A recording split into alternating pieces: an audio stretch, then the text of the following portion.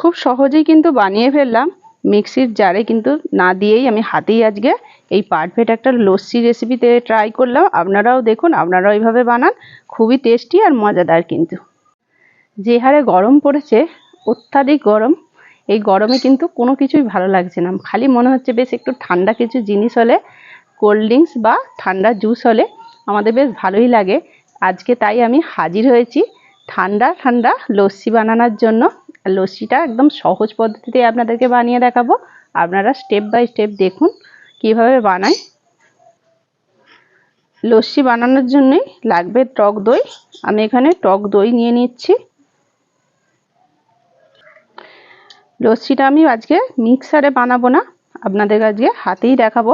তার জন্য এরকম একটা ডাল ঘুটানি যে আমরা ব্যবহার করি সেরকমই নিয়েছি। আর এইটা দিয়ে আমি এইভাবে প্রথমে টক দইটাকে খুব ভালোভাবে মিশিয়ে নেব।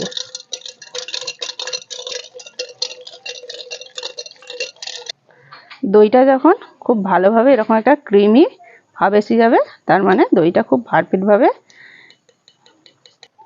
এবার আমি এই লস্যিতে স্বাদ মতো চিনি দেব। মিষ্টিটা আপনারা আপনাদের মতো বুঝে দেবেন, যেমন স্বাদের মিষ্টি খাবেন। অনেকে একটু কম খায়, অনেকে বেশি খায়।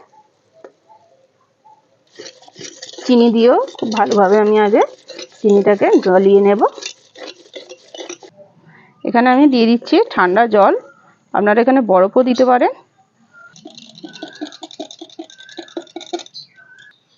বিট লবণ দিয়ে দিচ্ছি, একটু জিরে গুঁড়ো, ভাজা জিরে গুঁড়ো দিয়ে আমি আবারও ভালোভাবে মিশিয়ে নিলাম।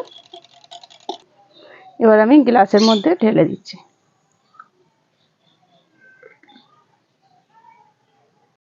গ্লাসে ঢেলে নিয়েছি আর ওপর থেকে সামান্য একটু জিরে গুঁড়ো দিয়েছি। দেখতে সুন্দর লাগবে, খেতেও কিন্তু খুবই ভালো লাগবে।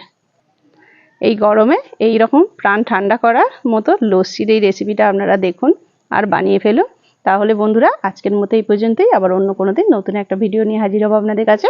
ততক্ষণের জন্য টাটা, নমস্কার।